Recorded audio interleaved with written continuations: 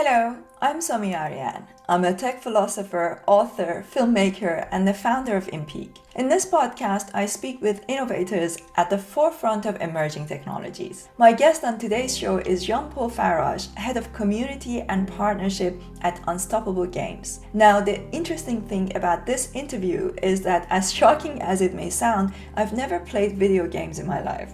And yet, I have some philosophical views on gaming and what it means for the future of Web3 and this new era of emerging technologies. This was a pretty fascinating conversation that I think you will enjoy, whether you like gaming or not. So thanks for being here, Jean-Paul. First things first, what would you say if I tell you that I have never played a video game in my life? Is that very strange? It's interesting because we have right now about like 3 billion people today that play video games.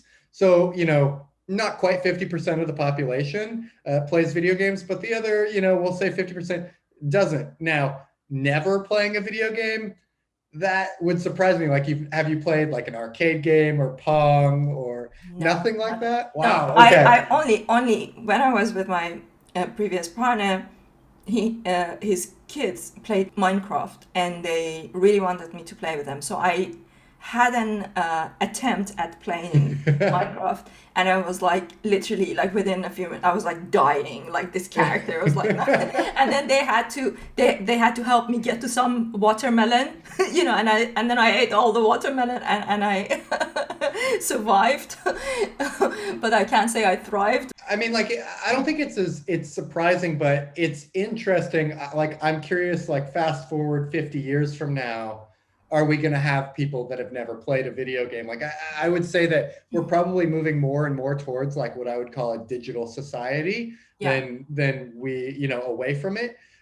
You're still going to have plenty of people that are trying to be like as off screen as possible. But as part of a team building a video game, like they've been such a huge part of my life. And like, if I close my eyes and think about memories, it's interesting. Like, I'll get video game memories where it's like, I wasn't even like me, I'm some fictional character in a game.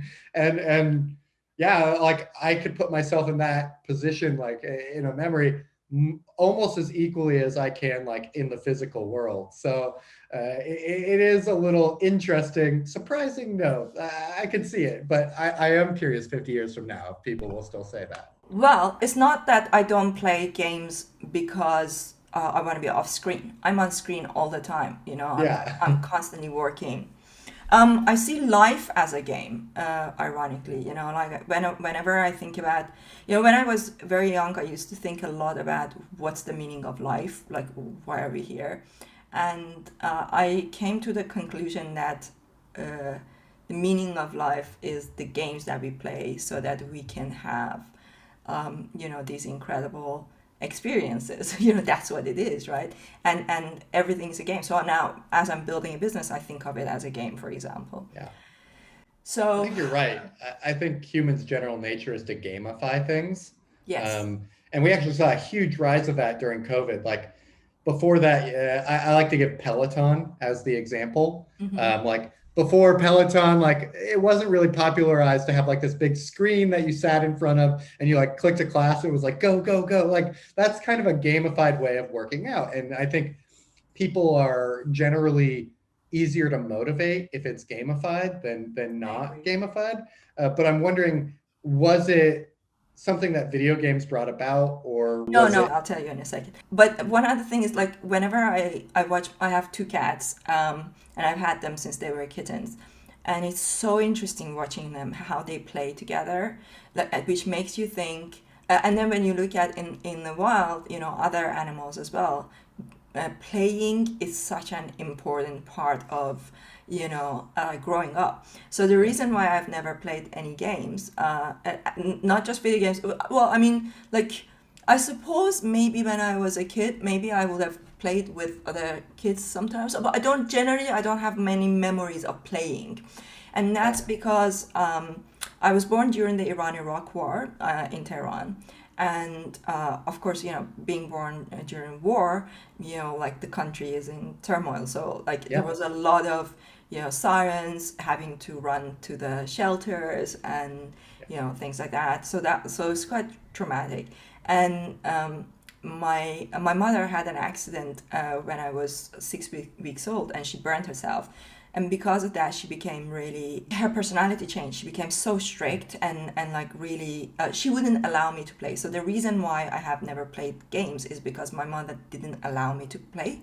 And then later on, when video games became a thing, we never bought, and it was like Atari, like everybody else Yeah. had it, and we never had any. We were like the last family to buy a TV. So I grew up with like this idea that, that like games are a waste of time. Like I was like, gaming is like a waste of time. Like, well, why should I spend my time playing games? I should be studious all the time. In that sense, I almost feel like my childhood was taken away. I never had Yeah. that. So I always have that in my mind that one day I want to build my own game. Okay, like and I think that with the platform that I'm building, it's a lifelong learning platform for emerging technologies. And I always think, especially when I look at how hard it is for people that we call normies, to get along with blockchain technologies, and like actually get their head around setting up their MetaMask wallet, and Yeah, there's a like lot to building, it. like, yeah, exactly, actually, like how are they going to even like learn how to build businesses in this space? It's going to be so hard for them. So in 2017, I made a documentary called The Millennial Disruption, which was about how the millennial generation's consumption of media, social media, especially, is changing the nature of marketing and advertising and business, and how this means that so many of the legacy businesses are gonna basically go out of business. And in that documentary, I mentioned a number of brands that I mentioned in that. All of those brands, literally within 2 years period from then, they all went out of business. At the end of that documentary, and actually Gary Vaynerchuk was also featured in it. I said basically that if you can't get your head around social media now, what are you going to do when blockchain technology is here? Right? And this was like end of 2017 when I was saying this. So now blockchain technology is here, and I guess now the question is, and so many of the companies that went out of business during that time couldn't even get their head around social media and influencer marketing and all these other different aspects. Now they have to find a new way of building an audience, and of course gamification is something that's going to be Yeah. very important when it comes to things like tokenomics. You look at, that's why, for example, within the NFT space, I think that NFT communities are going to completely disrupt the luxury brands space, because what the Yes. luxury brands are looking at what's happening in the retail brands, they look at what's with the NFT stuff. All they do is that they just add an NFT on top of the brand that they already have. And this is what I've always been telling them, that digital is a language. You need to learn to speak that language, right? Yeah. So now blockchain is like its own language, right? They need to learn to speak that language. And we need so many new ways of using gamification within the NFT space, to build new brands. So as somebody who comes from the gaming industry, what's really fascinating for me, and I want to explore today with you, is what have you learned from a lifetime of playing games that you can now bring into how can we use gamification to first actually bring in new people to the space, and then use it to teach them this new space. Like, Yeah. is there a, I guess, let me see if I can put this correctly. Is it my wishful thinking that I'm trying to still kind of think of how can I make games useful? Or, No, I actually think that's a really, really, really big and broad topic. There's a lot to unpack there.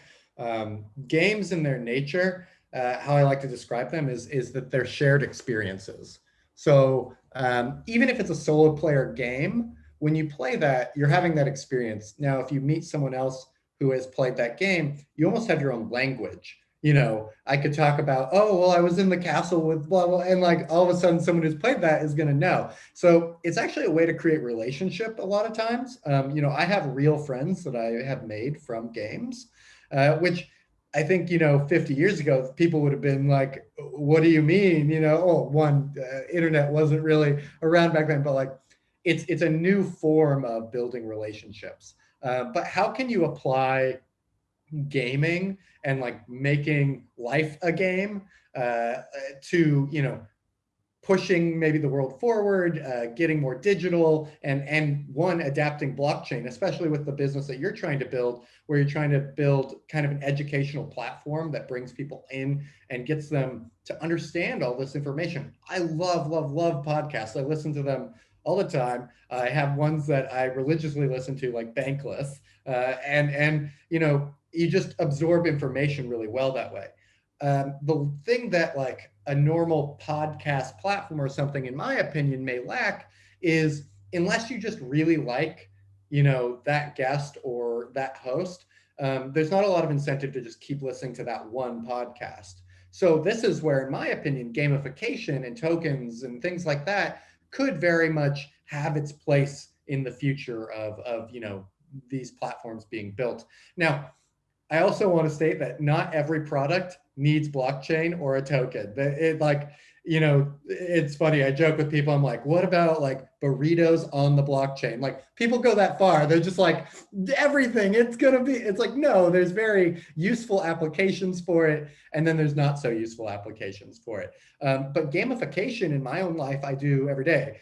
You can't see it, but on front of my computer screen, I have 3 Post-it notes right now. And one says read, one says develop healthy skill tree, and the other one says generative art. Those are 3 things I'm focusing on this month. When I'm done with the month, I'm just going to put them on the wall, and it'll be like achievements. Like, I did that this month. If I didn't do them, I look at them and I'm like, I didn't do it. So it's like you have that kind of love-hate relationship That's with so it. cool. That's so cool. Um, and it's funny that you mentioned like gamification, especially in relation to kind of what you're building, because in games, what a lot of games have when you're developing your character is a set of progression. So as you get further, you build skills. Same in life. The more you're absorbing, the more time you spend learning, the more adaptable you are, the more refined you are in whatever skills that you're trying to learn, and the better you are to be utilized in all different things. And if you want to take on your own business, go for it, or you get hired by a company and you're really good at that thing.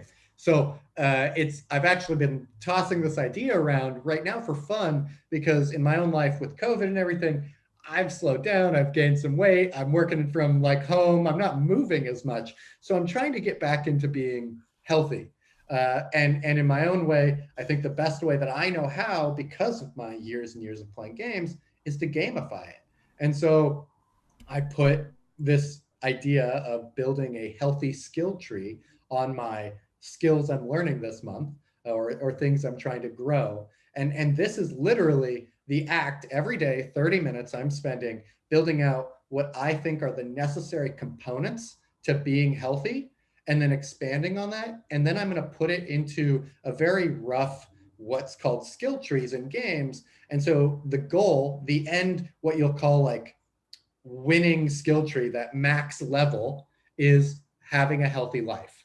But having a healthy life is mental, physical, and emotional. And so you have to have all of those to have a fully, fulfilled, healthy life there. And there's a lot to unpack, and then there's questions to be asked. And so I think applying this type of thing now to maybe your platform, you could develop the blockchain skill tree. So the end goal is to be a master of the blockchain. But That's that might mean different things for different people. For you, in your business, it might be content producer. So fundamental skills that you'd have to learn down that skill tree would be like content development, how to properly run a podcast, social media, all this stuff, but then also the basics information of what is the blockchain? How do I explain it to people who are new to it? So you keep breaking it down into all its smallest pieces, and then you can find and categorize those things into what I believe are more digestible chunks.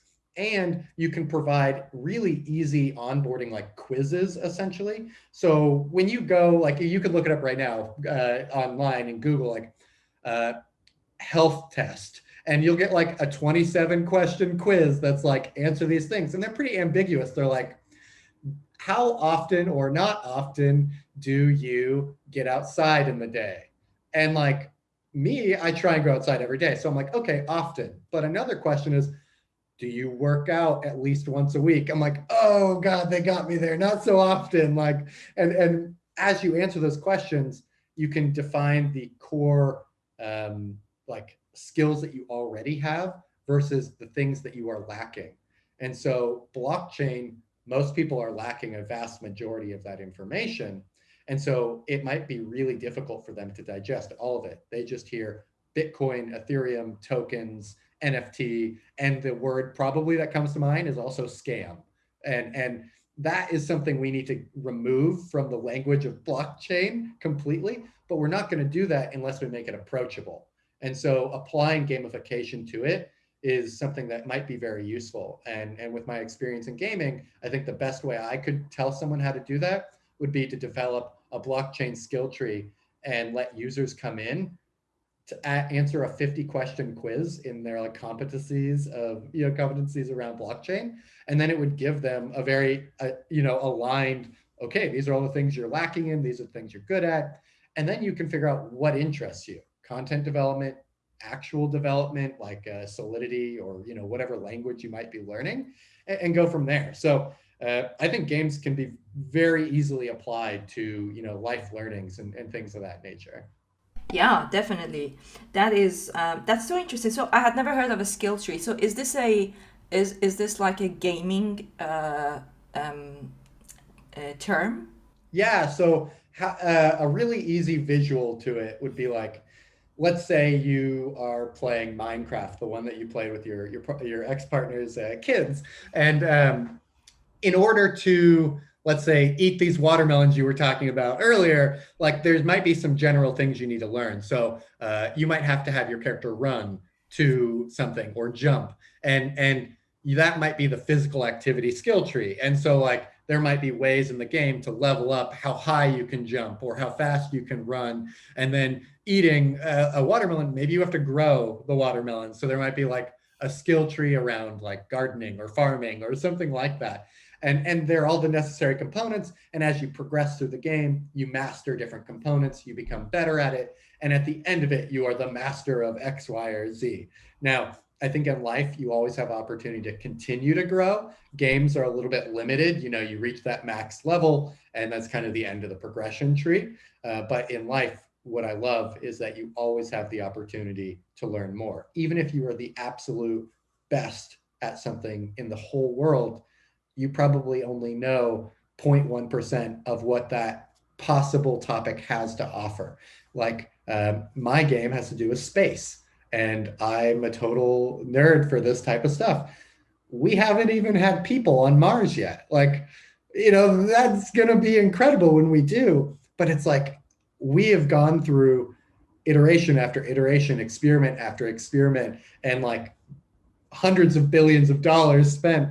And like if someone like an alien life form had the ability to come visit Earth right now, they'd be like, wow, you guys are so far behind right now because we have so much to learn. And I think that's the beauty of life, is that we just continually get to learn. It's a privilege that we have that. And I think if you're not growth minded in that sense, you're going to start to feel fairly stagnant in life. Definitely.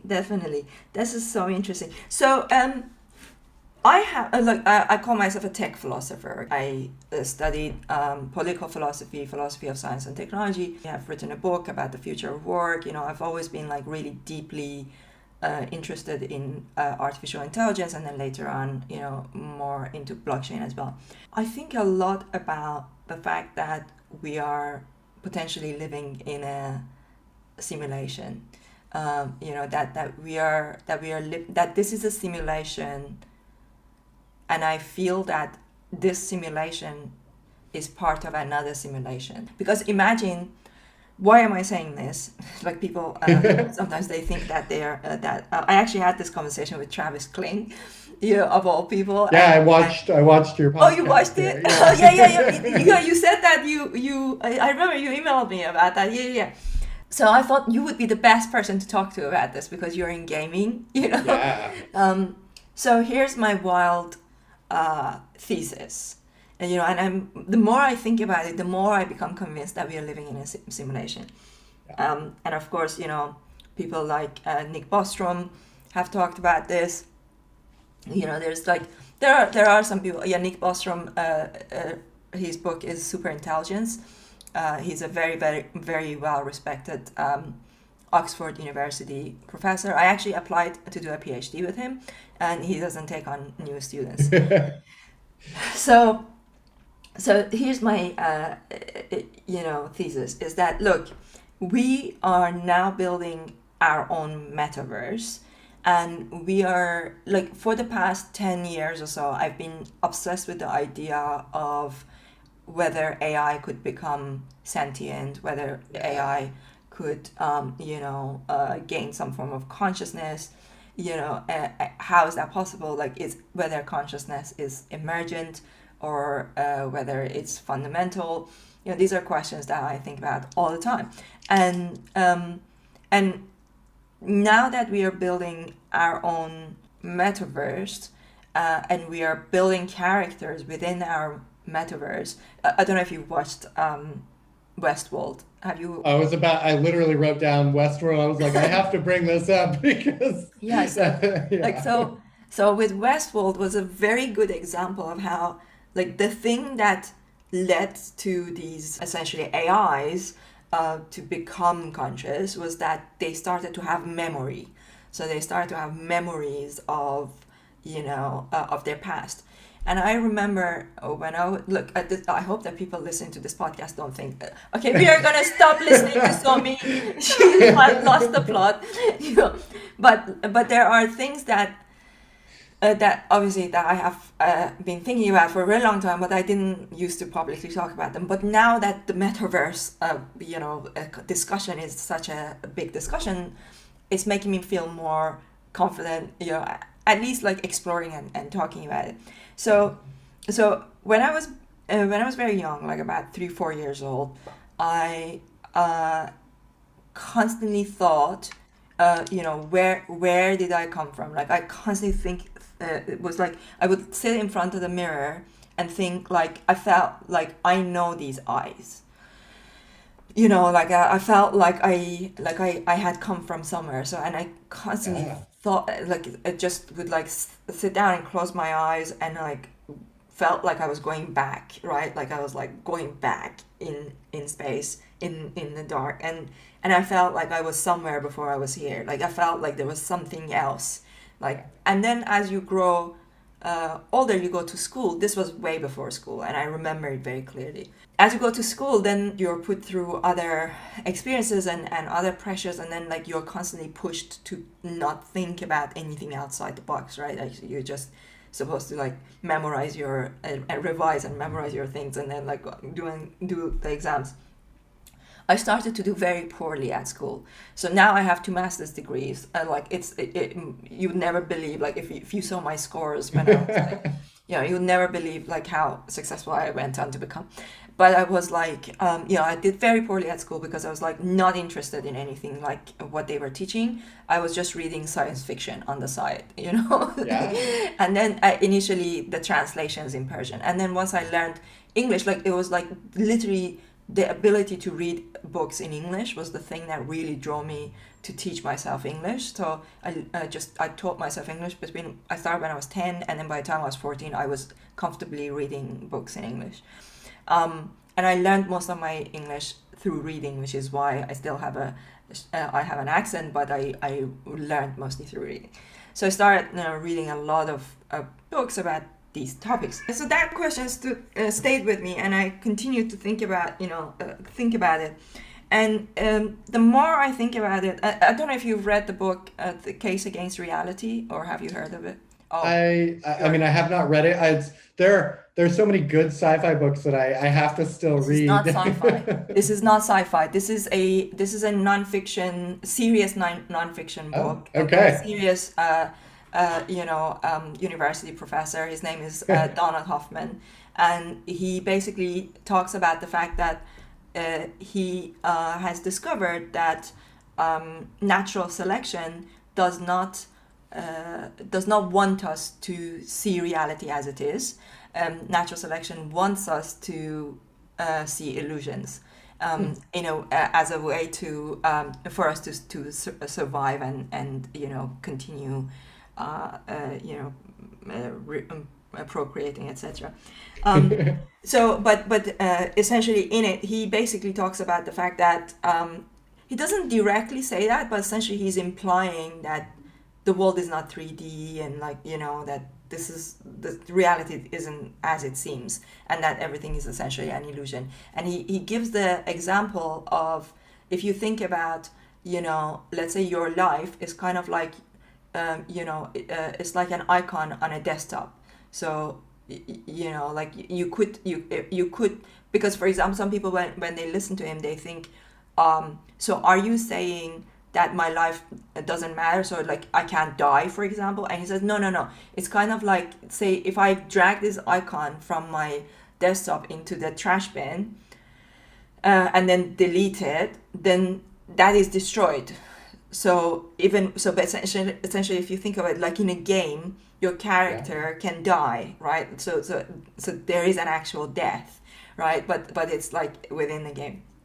So where Yeah. I'm going with that is that, what if, as we build these games and these metaverses, I don't know, this may not happen in our lifetime, but I do believe that we are moving towards a technological singularity, and I think something big will happen, and that something big is going to be related to the metaverse.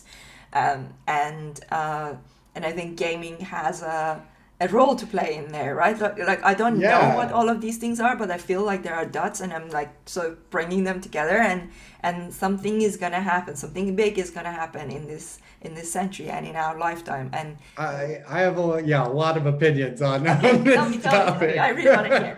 Well, I think going back to you talking about Westworld, I mean, I think that's a really beautifully done show, especially the first season, to have people question what is reality and what is consciousness and what makes a human human.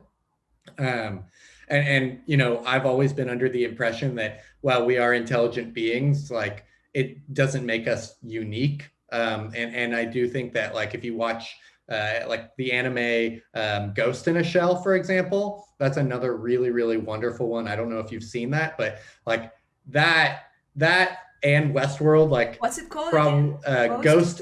Ghost in the Shell, or In a Shell.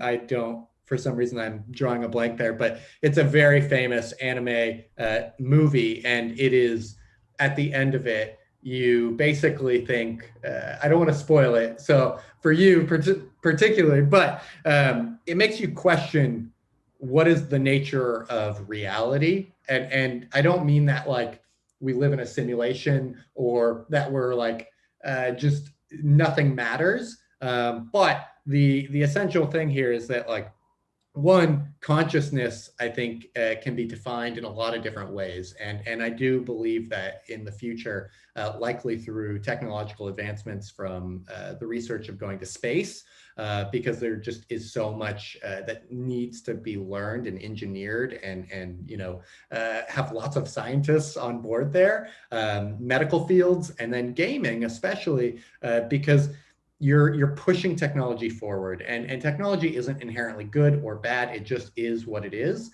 And eventually I do think we'll have machines that are conscious, and when that is, could it be 50 years, could it be 500 years?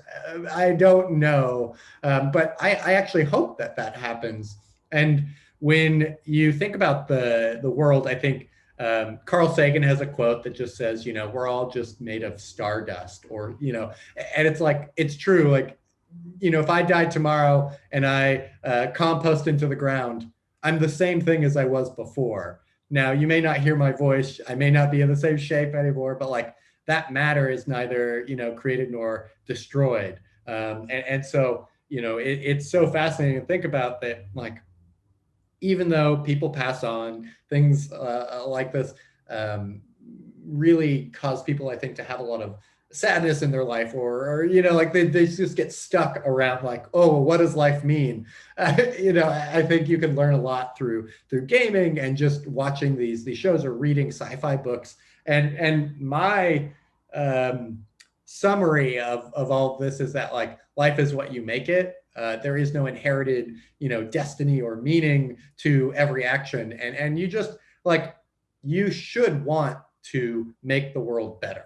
You don't have to. It's not a requirement. A lot of people don't. But like, if you're passionate about something and you just keep pushing forward in whatever it is that you're passionate about, I think overall you make the world a better place, because your passion will inspire others. Those people who are passionate will inspire others, and it carries us to new heights. And I think blockchain is something that is so hotly debated in current times, that, like, gaming, for example, on blockchain is like received by the mainstream gamer as a scam still. And to me, that is, while I'd like it to change, it's an opportunity. Like, we have to prove ourselves that we're not a scam. And as we move further and further down, time, I'm hoping that we can prove everyone that blockchain is this really incredible technology that can lead to a myriad of new use cases that people had never thought about. And I can't even predict what they will be. But similar to when the internet came out, or even like the Steam engine, like, there's all these things that every time this big new technology comes out, there's a huge group of the general populace that says either that is wrong, or that is a scam, or it can't be done, or, I won't use it even if it does.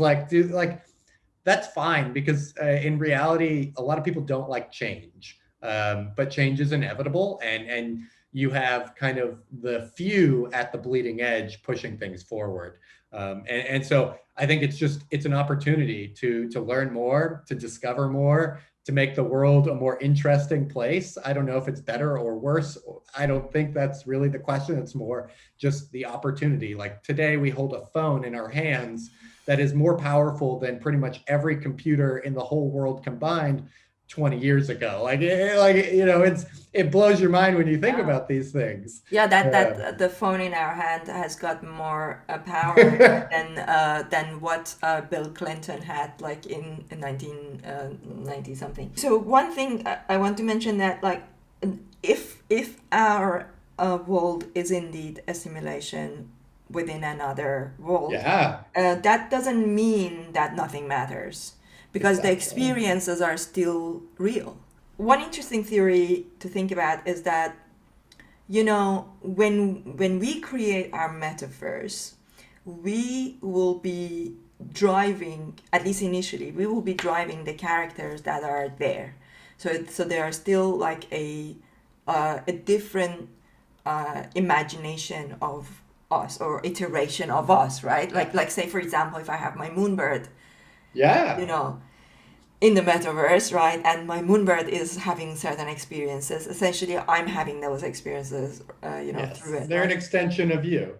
Yeah, but could we perceive a time when those characters, then they detach from, like, their consciousness, or their play would, like, detach from us, right? And then they could continue, and that they could continue to play. So now, within, like, as a gaming expert, what will happen if you use machine learning, to allow these characters to play?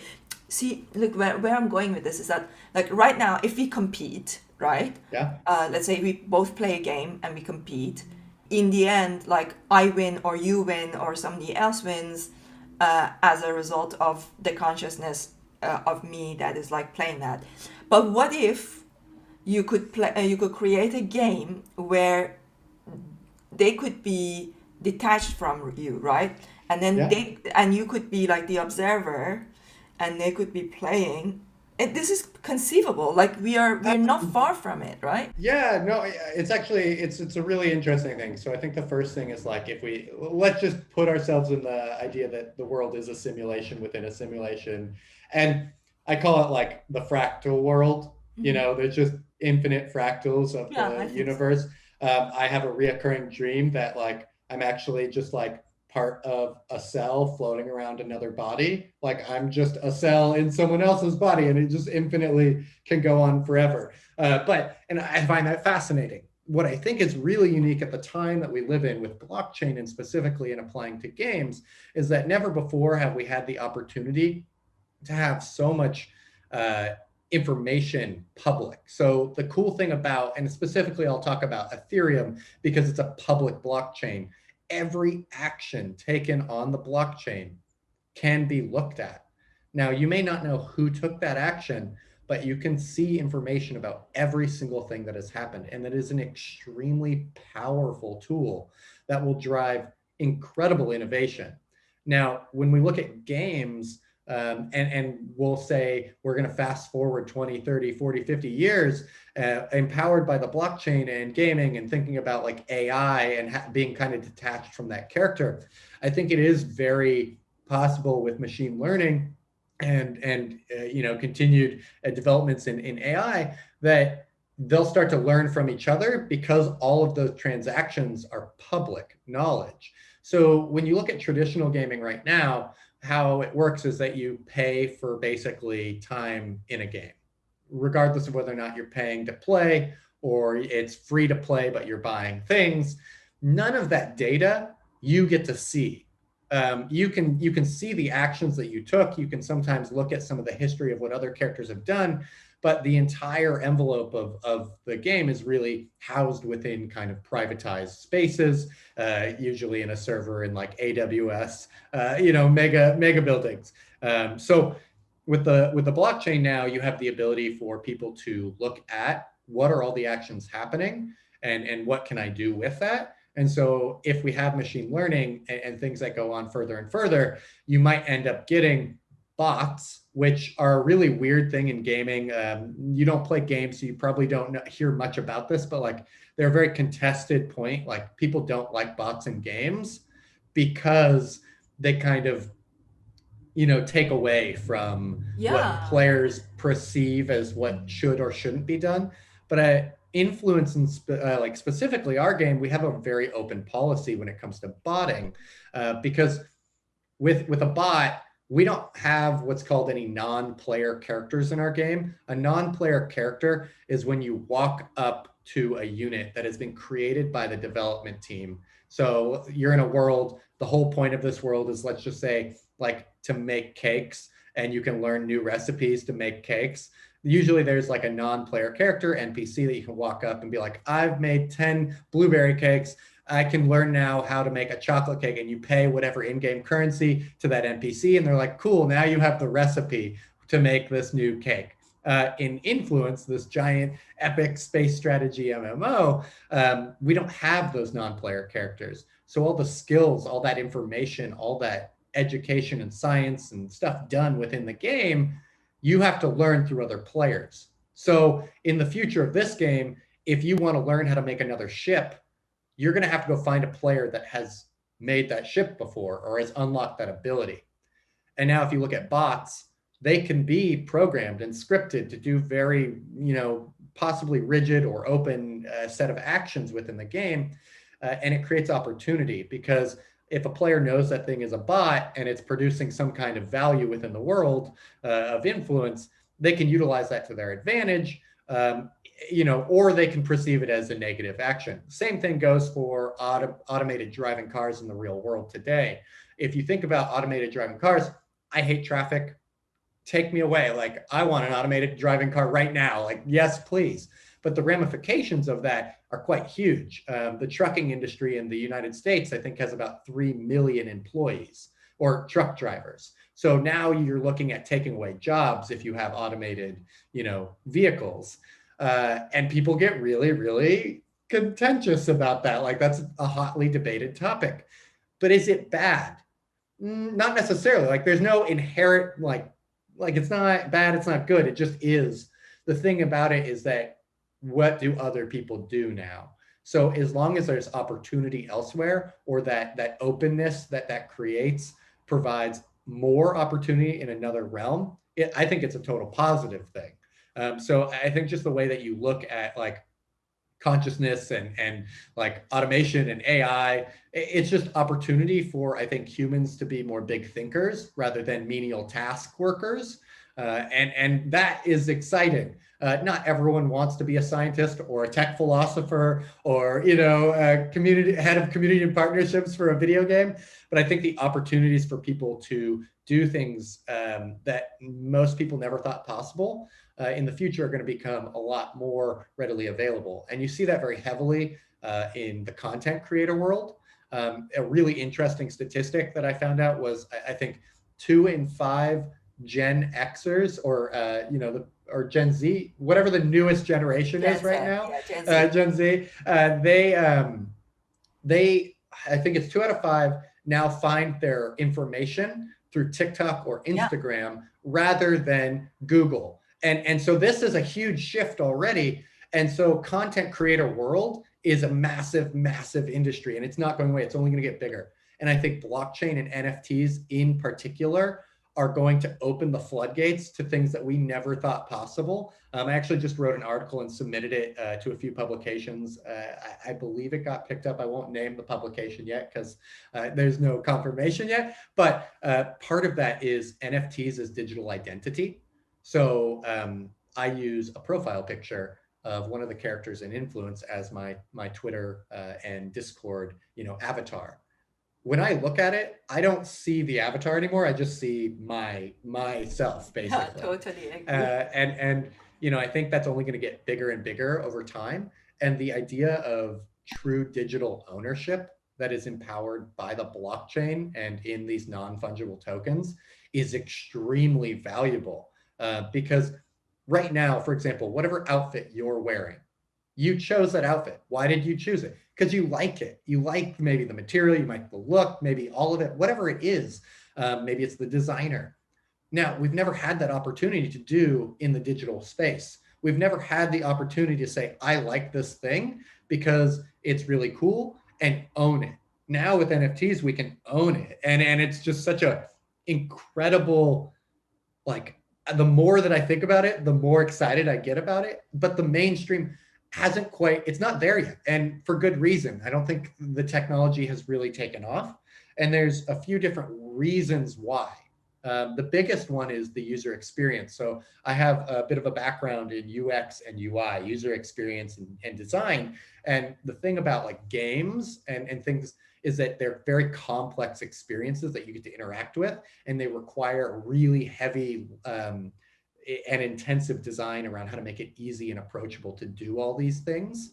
And blockchain is still very clunky. It's hard to do things. It's not like you don't flow, like you have to think about using blockchain, and people don't want to think. I can almost guarantee you, if you ask out of 100 people, how does the internet work? You're not going to get a good answer out of probably 90% of them. They just use it. Why? Because it's available and easy to do, and it connects them to everything. Blockchain's the same way, but we haven't developed the tools yet to make it easy access for everyone. And so we need that. And something I think that's going to develop very heavily in the next 5 years is two things: NFTs as digital identity, and the easy onboarding through Web3 wallet integration. So like Web3 authentication, something people hate about the internet now that is so like no one likes it. How many passwords and accounts do you have across like 5 million sites? And it's just, it blows your mind. Like my phone today, I got a notification, was like, a data breach happened and one of your passwords is unsecure. I'm like, I don't even remember the site. Like, it's so hard to remember all this. So blockchain simplifies that so easily. We have a wallet that we own with an encryption key basically to access that, so we know that it's ours, that so far has not been hacked in that way. And we can both store our digital collectibles, and we can connect to every site possible with a click of a button. We log in once, and then we have access to everything. So, there's so many there's so many use cases for this, that I mean, I can name so many, but one that I think that's going to be really, really wonderful is the utilization of like a token that can be rewarded. Brave browser does this. They award you basic attention token for utilizing and watching advertisements. And the end goal there is like, if you go to New York Times, right now you have to pay for a subscription to utilize, like read all of their stuff. And sure, that's fine. I want to support them. I pay for New York Times. Like, that's great. But I don't want to pay for 40 different subscriptions with 40 different accounts. I'd rather just have one account, one subscription, and whatever those platforms charge, it just gets lumped into one thing. And we have a very straightforward path to do that with blockchain. And this applies for gaming too. Like every game that you play, you have to log into a separate account. You have to use your email address, like whatever it is. It's just data collection. And one, I would like more privacy and ownership of my own data. That's a whole nother topic that I could spend a million hours talking about. But if you just move forward with blockchain technology as like kind of single sign-on authentication, it's going to open up the avenue for a much better user experience while using the internet that we all love today, and promote a lot of ability for content creators to monetize and connect directly with their audiences and not be beholden to platforms like YouTube or Instagram or Facebook or Twitter even. And you'll still have to use those platforms. There will be new ones created. But when someone signs up through Web3 authentication on your site, and they can claim, let's say, an NFT to say, this is the Somi NFT, welcome to the club. Now you have that in your wallet. You can use that as a token gate. So when they come onto your website, only people with that free claimable token can look at your content. What do you get out of that? Well, you have this massive wealth of, like people that all have your NFT, and you can easily interact with them beyond, and you're not having to go to one platform or another. You have direct access to them. And I think that's something that's going to be huge in the future, is ownership of your audience.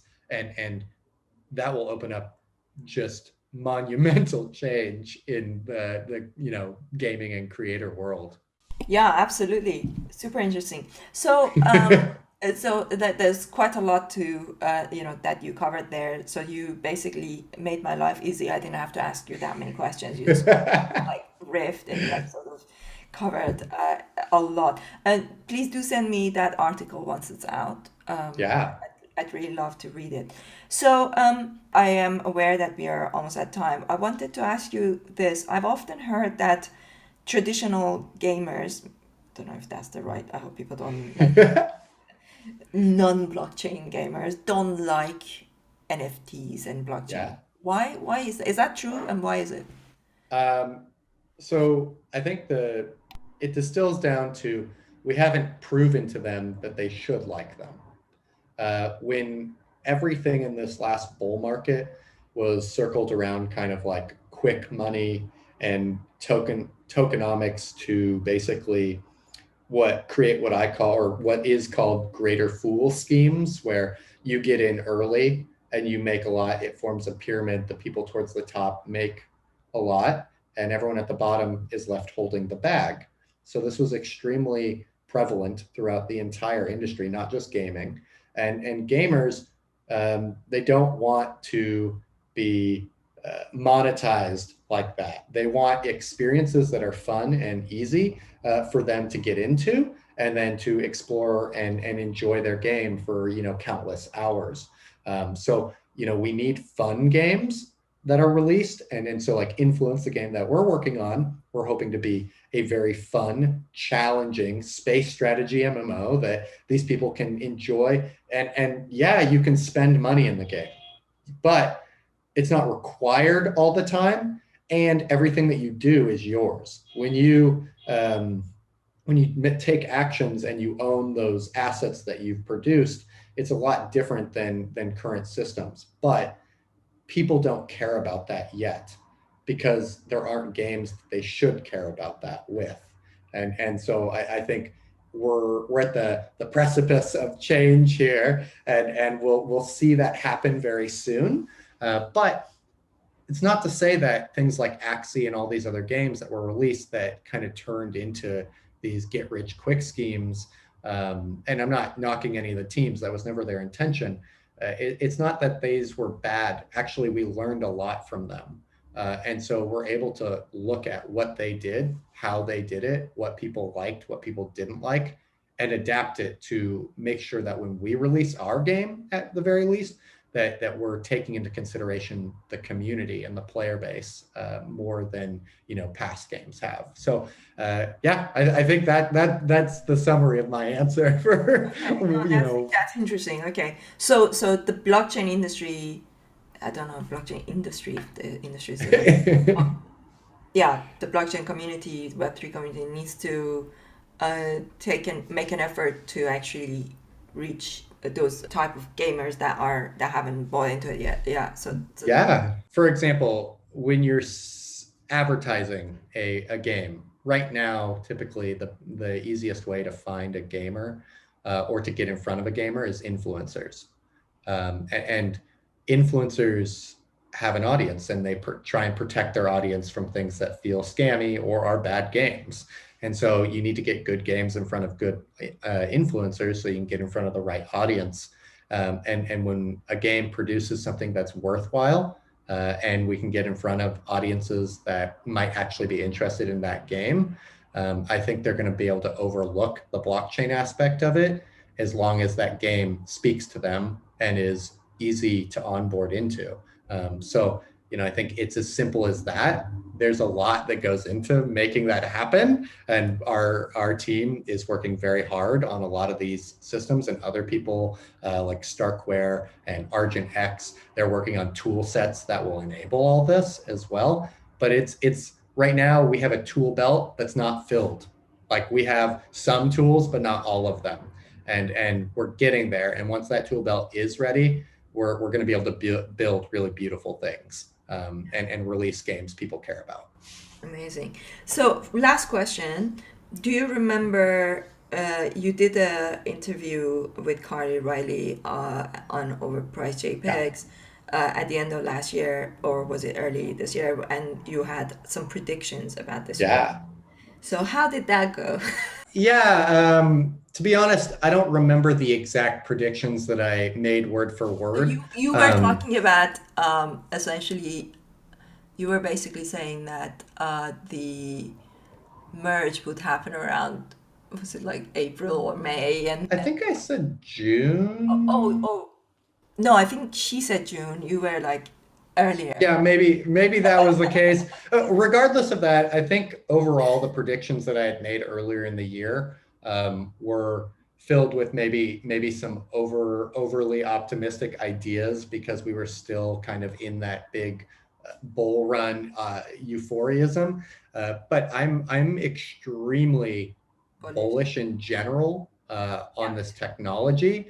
I wouldn't be here if I wasn't, because it's not an easy industry to work in. You catch a lot of flack from the mainstream, and it's a new technology with not as many tools ready for you.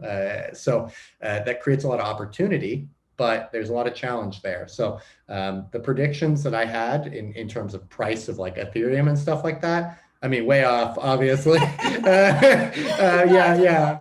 To kind of bring that up as a last point of like, see how you feel that, all of that. But you know what? Nobody in all of those, like she had this conversation, Carly, with so many people. Yeah. Right? And nobody thought that we are going to go into this situation of like the Fed suddenly raising rates and like, Yeah. all of the kind of like essentially going into a recession.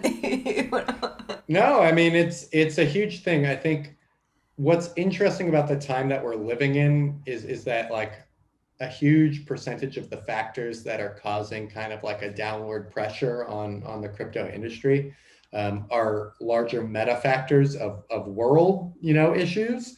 And then some really negative exposure with like Voyager and Three Arrows Capital and things like that. But I think the point here to really take from those things, if you're looking at the negativity and that exposure in like kind of a bad way, is that all of those things that happened were because of centralized exposure.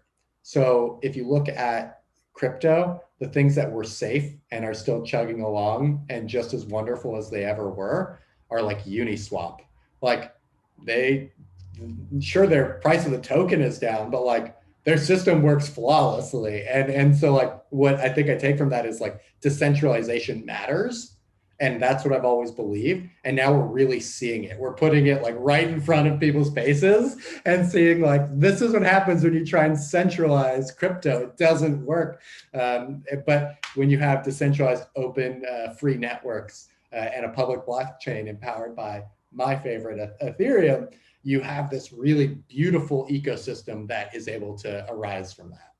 Yeah, absolutely. Well, I think that's a great place to bring it to an end. Thank you so much. It's been really great. And I look forward to following your journey, maybe even playing your game one day. Yeah. We'll see if Influence can be your first game.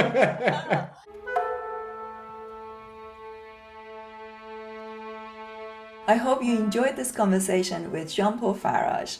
Be sure to follow his work on Twitter and keep an eye out for what they're building at Unstoppable Games. If you enjoyed this podcast, be sure to subscribe to it on Apple, Spotify, or any other one of your favorite podcast channels. And don't forget to give it a 5-star rating and write a review.